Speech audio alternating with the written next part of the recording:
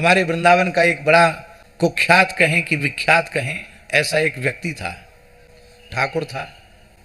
ऐसा था महाराज जी वो विचित्र आदमी, नाम हम लेना नहीं चाहते, कि जिस संत के स्थान में पहुंच गया वो कहता 50,000 दो, तो उस संत को 50,000 देना ही पड़ता है। सामर्थ्य हो या ना हो उधार लेके दो, क्यों? नहीं तो वृंदावन में रहना मुश्किल।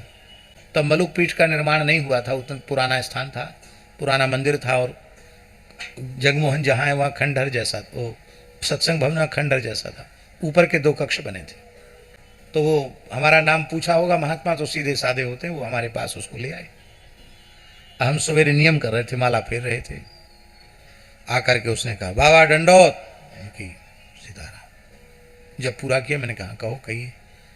मैं अमुक ठाकुर, अमुक नाम सुना है आपका? हमने कहा हाँ नाम तो सुना था, आज भगवान की कृपा से आपका दर्शन हुआ है। तो बाबा कान खोल के सुन लो, एक लड़की की शादी करनी है, 50,000 रुपये की जरूरत है, लाओ 50,000 रुपये दो। और हमारे पास थे भी नहीं, और वो तुरंत बोला कि नहीं है तो कहीं से व्यवस्था करके दो, आज शाम तक पहुंचा देना पैसे, यहाँ कोई आएगा नहीं, मेरे घर तक पहुंचा देना। मैंने उसको कहा कि कोई 10 रुपये भी चढ़ाता है या 100 रुपये चढ़ाता है तो इसलिए चढ़ाता है कि ये ठाकुर जी के सेवा में लगेगा, गौ की सेवा में लगेगा, संतों की सेवा में लगेगा।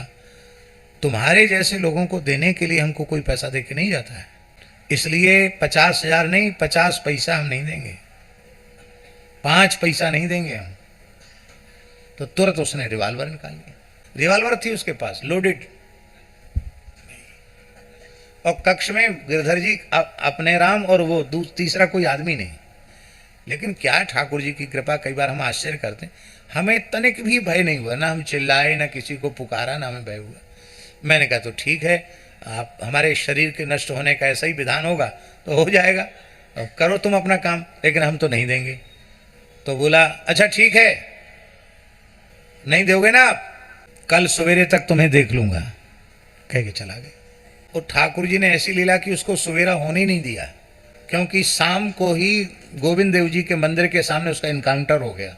अब लोगों ने यही कहा कि मलुक वाले महाराज का बड़ा प्रभाव है, पता नहीं गृह मंत्रालय में कह दिया कि मुख्यमंत्री को, प्रधानमंत्री को, के आईजी डीआईजी किसको कह दिया, और उसको तो पुलिस ने शाम को ही खत्म कर दिया, इनकाउंटर हो गया। वहीं से हल्ला मच गया था, वहां से मलुक पीठ से आया।